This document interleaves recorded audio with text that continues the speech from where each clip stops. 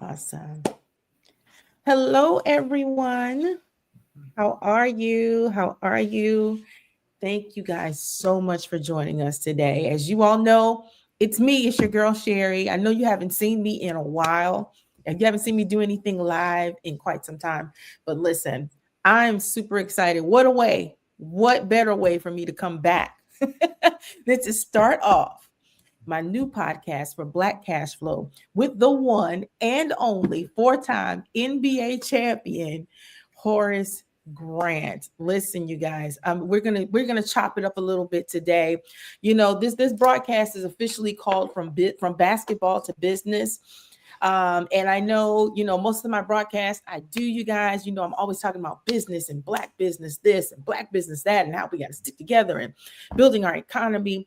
But I would be remiss, and you guys would probably kill me, okay, if I didn't ask a few questions about Horace's time with the Bulls and the Orlando Magic and the LA Lakers. So I would be, like I said, I want to live. I don't want you guys to write me dirty emails. So listen, so we're not gonna waste any time today. But I just wanted to stop and just say thank you guys so much for just stopping by and streaming with us today. This broadcast will be available for rebroadcast. I will let you know. So please make sure that you join my mailing list at nbboa.org so you can keep up with everything that we're doing. We have some exciting things that we're doing, and Horace is going to be a part of some of the things that we're doing. So listen, so you definitely want to stay tuned. So with that said, let me turn the corner into the good stuff. Let's get into the fun stuff first, right? Let's talk about the legacy of the Chicago Bulls. Let's talk about the legacy of being able to not only play with Michael Jordan and Scottie Pippen, who is still your best friend, and Kobe Bryant. Listen, but I just have to say this first, and I think I told you, but the only reason I started watching basketball back in the day was because of the Chicago Bulls. That first three-peat is what got that's the only reason I even started watching basketball. So and for those of you who don't know, and I'm not going to talk much longer, you can understand why I'm excited. But for those of you that know, you've been following me here on LinkedIn and you've been following me, on my pages, you know that I serve on a board of directors with Horace. And I have to just tell the funny story because when they first asked me to be on the board, and they told me, I'm like, yeah, and they just so casually said this, and we're, working with Horace Grant and blah, and just kind of blew it like it, And I was like, wait a minute, wait, back up. I said, Horace Grant, who? I said, the Horace Grant, the basketball player. They were like, yep, I have to get out of here. So for this to be full circle for me is super exciting because I remember the days, I remember the days of the Chicago Bulls, that three-peat. I remember the days, of the goggles and you being the enforcer, and to me, you were the glue that held a lot together, while you were on the court, and I think that sometimes you don't get quite enough credit to me. That's just my personal opinion. Everybody talks about Michael Jordan, of course. Everybody talks about Scottie Pippen, but I truly believe, and I'm not just saying this, but like I don't think that three-peat would have happened without you being there. So with that said, I just had to get that off my chest. Well, thank you. But first, I want to start by congratulating you also on being inducted into the Chicago Bulls Ring of Honor. And like I said, you are a foundational part of one of the greatest dynasties in basketball history. So now when you look back now, right, what does that recognition mean to you at this stage in your life? Well, Sherry, thank you for having me on. It's an honor to be sitting here with you. We talk back and forth, via email, on the phone, text, and all of that. Being selected into the Chicago Bulls Ring of Honor, such a humbling honor to be in the ring with guys who I played with, like Michael Jordan, Scottie Pippen, Bill Cartwright, John Paxson. It's just such a great place to be. It's when you help build something like a dynasty in Chicago. It's such a heartfelt feeling. Yeah. Awesome. Yeah. Awesome. So speaking of dynasty, let's talk about you having the opportunity, like you just mentioned, to not only play with Michael Jordan, right? And I know everybody asks you this all the time. So I try to be a little different, but like I said, there's no way I could have you here and not ask. Yeah. But you had the opportunity, unlike most players, if you may be the only one, I'm not sure, who had the opportunity to play with both Michael Jordan and Kobe Bryant, right? So we have two strong players, two aggressive players, right? Two smack talking players. But two very different leaders. Now, I want to ask you, what is one leadership principle that you learned from either one of them, or noticed about them that still applies directly to your life today? Well, let me start off where I've been so blessed to have played with, the greats of the game. Started with MJ and Scotty. From there, Orlando with a young Shaq and a young Penny Hardaway. Finished my career with a mature Shaq and the late great Kobe Bryant, and also played with Gary Payton and Karl Malone and many others. Yes. The only difference I can say with Michael Jordan and Kobe Bryant is that Michael Jordan has 6 championships and Kobe 5. Okay. The work ethic, the passion that they have for winning, and they had this passion of making their teammates better. It was unbelievable. The work ethic beyond practice, I would say. The work ethic beyond practice, because those two individuals wanted to be the best. I would just say 1 and 1A, with MJ being 1 and Kobe being 1A. And the only difference, Sherry, is the 6 championships to Kobe's 5. Okay. Awesome.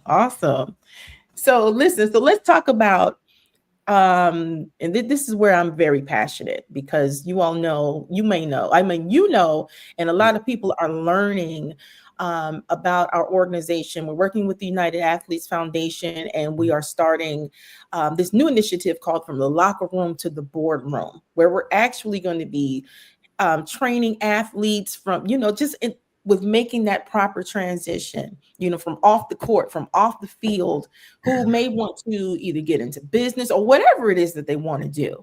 Now, some of you guys, like, you've done it well. Shaq has done it well. Magic Johnson, they've transitioned well. But I've also read where other players, maybe, not so much. So what advice would you give to anyone who is at that place in their career? Or even, we can even start with, the NIL athletes, are hoping to make it to the big leagues, but maybe they don't. Like, what advice could you give to anyone who needs to make that transition, who's been playing sports all their lives? And now it's like, okay, now what? I would say surround yourself with people that you can trust first. Because even managers and attorneys and all those types of people, not everyone, but a lot of them, go around and start stealing money. Wow. From professional athletes. So first, surround yourself with people that you can trust. Secondly, you have to remember, if you sign a $50 million contract, it's not $50 million. Yeah. The government is going to take their part. You have agent fees. You have state fees. So all of that comes out of that $50 million. And you're probably left with, say, 24, 25 million. That's still wealth. Right. You have to do the right things with it. Mm-hmm. Just remember that. Um, but the bottom line, you have to surround yourself with people that you can trust, that could handle things while you playing basketball. And Mm-hmm. after, or football or baseball, whatever.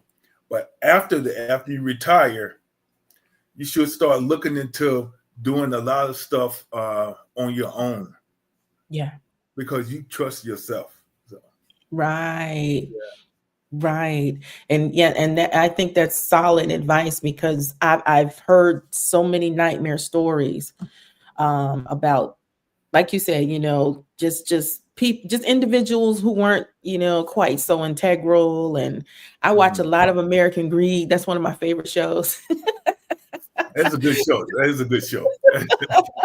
So, I see so many things. And then there's the other aspect. And I think you and I have talked about this just in passing about how, you have to also be careful. And this is with not just athletes, but anyone, even if you're a successful entrepreneur, how you have to be careful about all these opportunities to invest in this business and that business. And everybody's your cousin all of a sudden, and everybody has a good idea.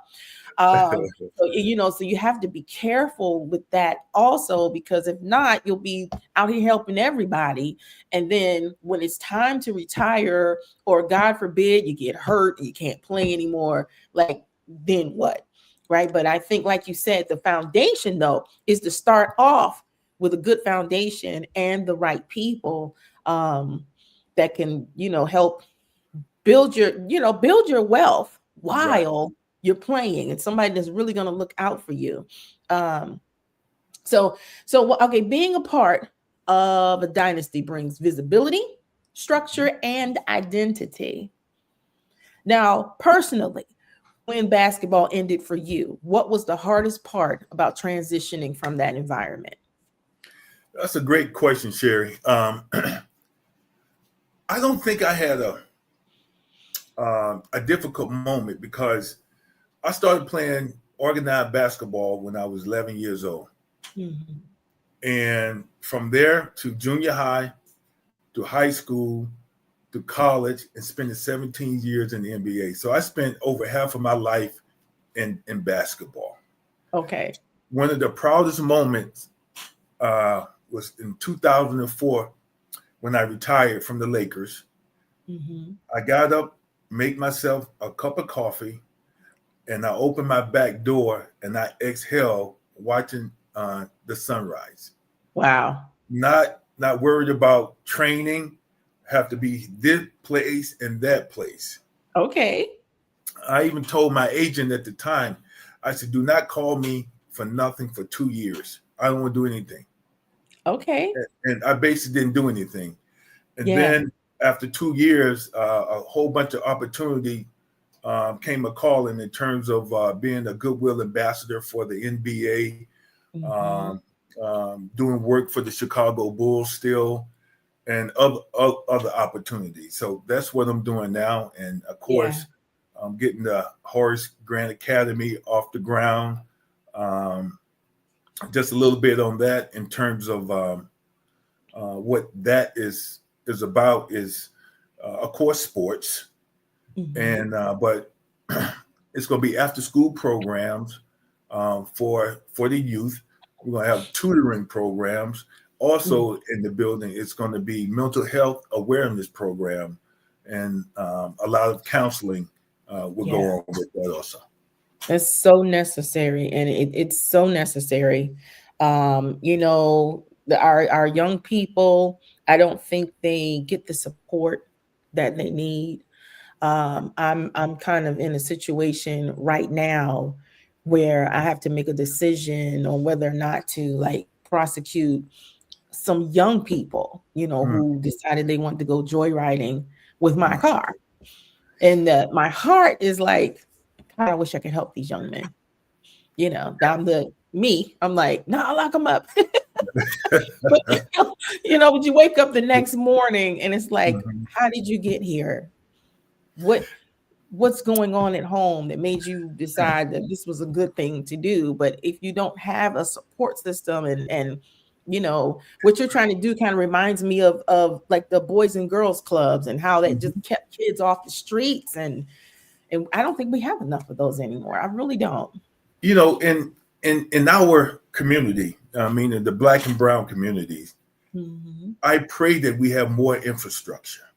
Yeah, The absolutely. infrastructure is so lacking in our communities. It's unnecessary not to have those types of programs so these our youth can concentrate on that. I Hmm. mean, where are the trades? You know, Right. electrician and a brick mason. You know, dealing with concrete or a mechanic.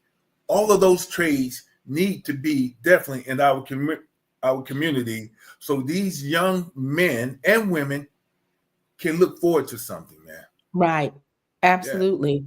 And with AI, there's some things that AI can replace, but there's some things that they're not going to be able to replace. I'm trying to encourage every young man, especially, and like saying some young women, like get it, somebody's going to have to fix these robots. If you don't want to learn AI, who's going to maintain the robots, and who's going to there are still going to be areas where you can still be successful if you don't want to go into tech, right? right. But like you said, we have to have something in place to just give them.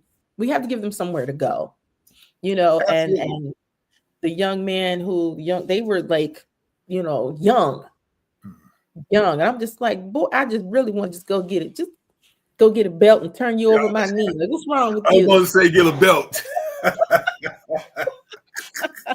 Like, what is wrong with you, man? but but these young men, I mean, not excusing their behavior, but they need outlets. Yes, they do.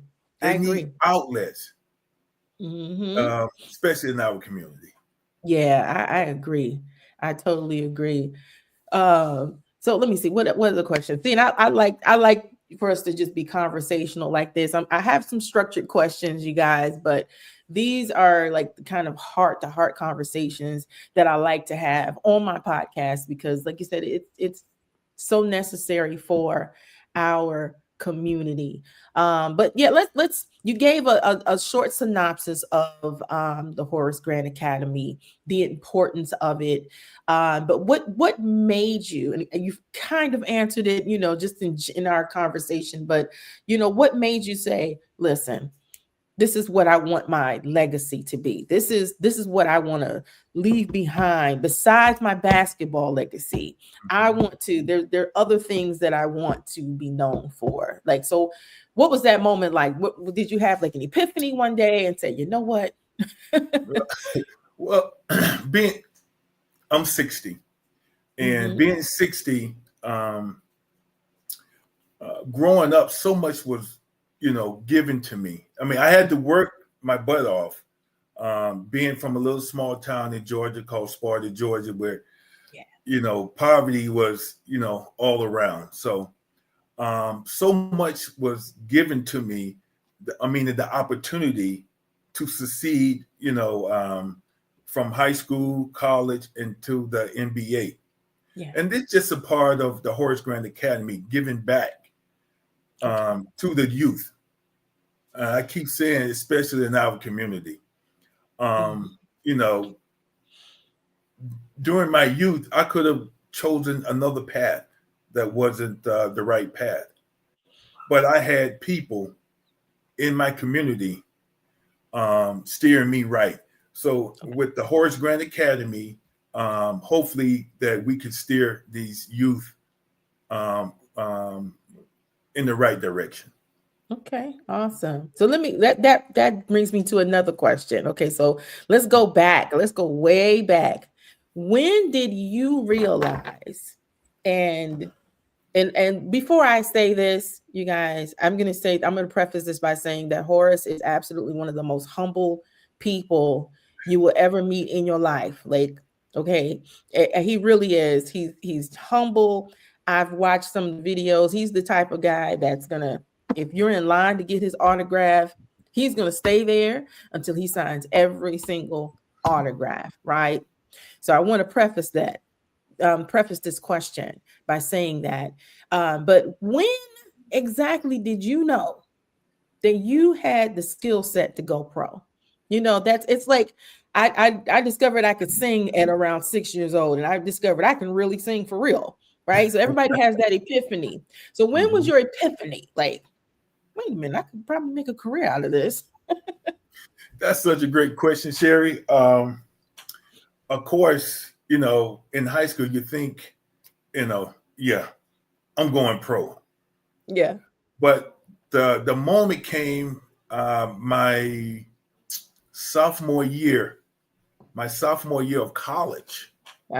Okay. College, Simpson. because in Okay. college, I just wanted to hang out, have fun.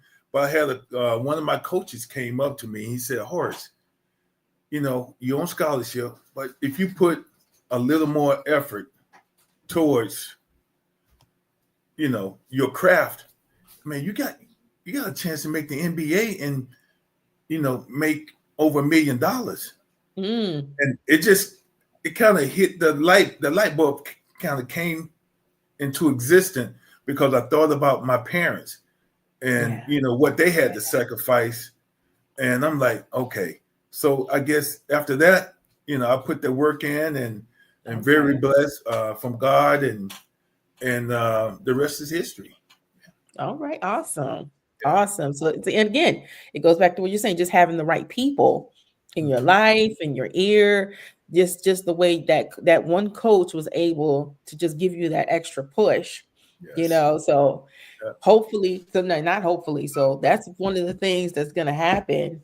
I'm just speaking into existence with the Horace Grant Academy, Mm. being able to just be that person in that kid's ear to say, hey, you can do anything that you want to do. All you got to do is just push a little harder.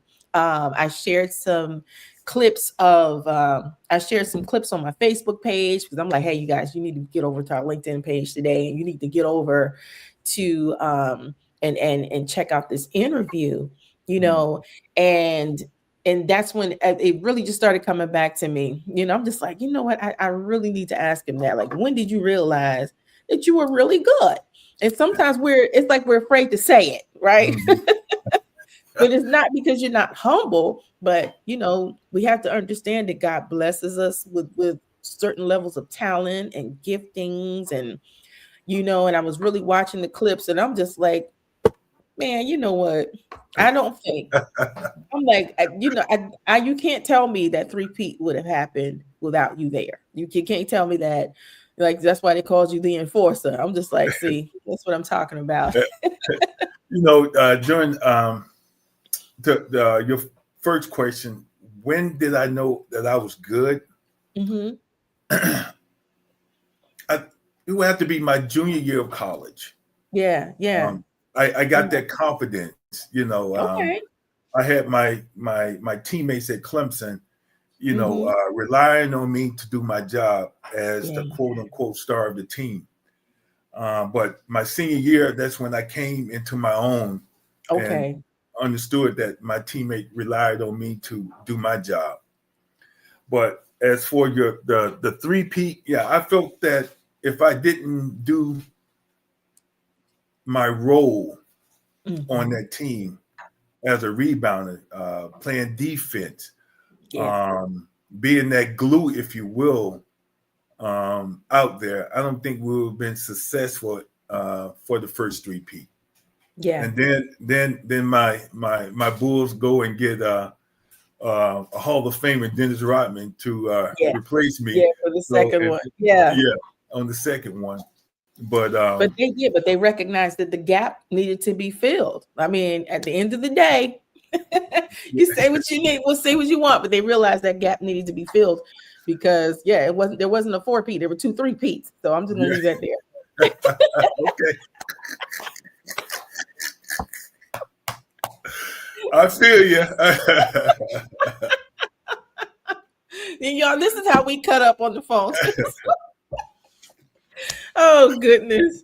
So listen, This has been. I first of all, I just want to say thank you, also, Horace, for just taking time out of your busy schedule to just come and just spend some time with us. I know that you are slammed. I know everybody wants a piece of Horace Grant, and that's a great thing because there's a lot of people who are not as in demand, and so I don't count it a light thing for you to come by and be a part of my first podcast. I'm just absolutely honored. And like I said, it's just amazing how life just comes full circle because I'm just like, "Man, not the Bulls. Are you kidding me?" Like this is so exciting for me as a fan of 90s basketball. It's like I shared with you before. This is the only team that I actually liked, right? And now I just kind of follow players, right? Right. Mhm. I'm a LeBron fan. I'll follow LeBron wherever he goes. But that Bulls team, I'm like, man, I loved everybody on the team. That was just like that whole era was just magical. Like I don't know if there'll ever be another like it. Not in my lifetime, but I don't think so. I mean, I give respect to the Warriors and the Spurs, yeah, but that Bulls team, especially the first repeat, the camaraderie we had on that court, man, we didn't yeah, want to disappoint each other. I remember so many times that Michael or Scotty would go for steals, mhm, and they know if they didn't get the steals, I had their back. They yeah, know that, all right, HG got us yeah, if we don't get that steal. And I can say the same about Bill Cartwright. If I miss an assignment, I know that 7-footer back there got my back. That's the yes. the love and the passion we had for each other, had for winning. Absolutely. And you've been able to transition all of that into, like I said, I always say like your civilian life, even in business, and been able to continue to like you. I mean, you don't have to work super hard to keep yourself relevant because, like I said, like I always say, you're Horace Grant, but but at the same time, you've been able to make that transition, and you've been able to keep a good reputation. Not everyone can say that. Um, yeah, and that's like critical. It just goes back to my playing days, the 17 years in the NBA. Mhm. I'm starting a TV series / podcast myself called Legends in Session. Yes. It's the it's the ironic part, Sherry. Some guys I haven't spoken to in 2 years, you Mhm. know, after basketball. I called them up and I said, I'm doing this podcast. I need you on. I got you. Yeah. I mean, if I was some jerk in so many ways, I don't think I would have the respect from my peers um, That's right. coming on my podcast. That's right. I agree. And in closing, since we've talked about the Horace Grant Academy, and I was going to bring up the podcast, but I also want you to tell the people, for those of us, that are on the West Coast that are Mhm. going to attend the NBA All Star Game. If you're going to be in the Los Angeles area during NBA All Star season, why don't you tell everyone about the golf tournament that you're having and who's going to be there and just hype it up? Well, oh man, well, on behalf of the Father's Right Foundation, Educational Foundation, I'm partnering. Uh, I have a partnership with them on behalf of the Horace Grant Academy, um, because I think the fathers should have rights in and outside their homes. Saying that, it's going to be such a great time. I have to work on my golf game. Uh, we got, guys like Scottie Pippen, Katina Mobley, Charles Oakley, Vernon Maxwell, so many other. It's going to be a part of that. It's going to be February 16th, right after All-Star Weekend, because All-Star Weekend, NBA All-Star Weekend, people going to do Yeah. their thing and they and we're betting on, they want to play some golf and relax and hang out with us for a great Mhm. cause. Okay, awesome. Awesome. So you heard that. If you're going to be in LA or if you are in the LA area, listen, and you love to golf, and I know a lot of people on my LinkedIn page, especially you all love to golf. That's where a lot of the business deals go down. And you Yes. want an opportunity to golf with Horace Grant and Scottie Pippen and all the other greats that he just named. Listen, you need to go to, what is that website again, to sign up? And I will also put it in my comment section as well. I forgot the website name. It is fathersrightfoundation.com Okay. and fathersrighteducation.org. All Either one. right. Yeah. All right. So you guys, you heard it right here. You need to go and support this amazing man. I can't say enough good things about him. I'm telling you, just the coolest, to take my professional Barbie hat off, just the coolest dude you'd ever want to meet, right? So Uh, listen, you guys. And once again, Horace, thank you so much for taking time out of your schedule to just come by and talk to us and join us on the Black Cash Flow podcast. Listen, once again, you guys, stay tuned. Stay tuned for more episodes. We're going to be doing an entire series based around the locker room to the boardroom. So we're going to be pulling in other NBA players, NFL players. I mean, whatever the sport is, listen, we're going to be talking to them and how to make the transition from the locker room to the boardroom, how to do business, all of those wonderful things. Okay. So listen, go ahead and follow me here. I want you to also log on to our website, in as a Nancy, BBOA.org. That stands for the National Black Business Owners Association.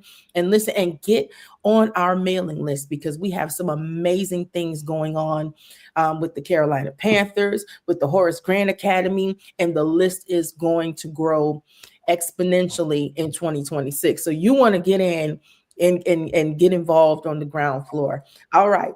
And with that said, thank you guys so much for joining us again. And listen, until next time, we'll talk to you soon. All right. Bye, everyone.